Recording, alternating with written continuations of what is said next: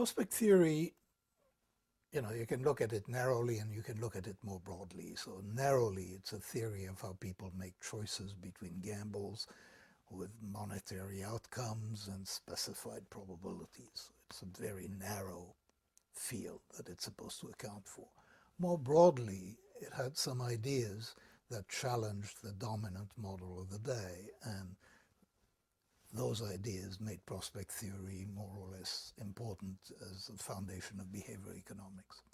There existed before us a theory of how people should behave, and we didn't touch it. That's called rational agent model, it's called expected utility theory. We didn't touch it. We just explored how people violate that theory and how they are different from what the theory says looking at things. What it allowed was it allowed us to see that people's attitudes to gains and losses are actually very different. And that is really the fundamental result of prospect theory. We call it loss aversion.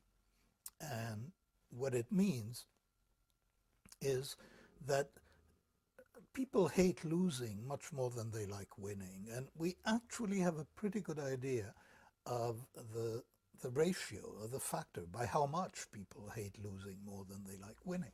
And it's about, on average, I mean, that's a crude estimate, but on average, it's between 2 and 3. So I'll give you an example. If you ask, say, Princeton students, how about a gamble where if it shows tails, you lose $10. If it shows heads, you win X dollars. What would X have to be before you like the gamble, before you're willing to take it? They'll want $25. You can do the same thing with their parents and talk of $1,000 or $10,000, and you'll get roughly the same ratio. So that's a very fundamental fact about people.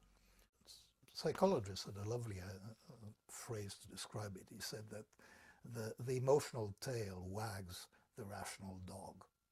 And so that is, there is a lot of that happening in today in psychology and in neuroeconomics.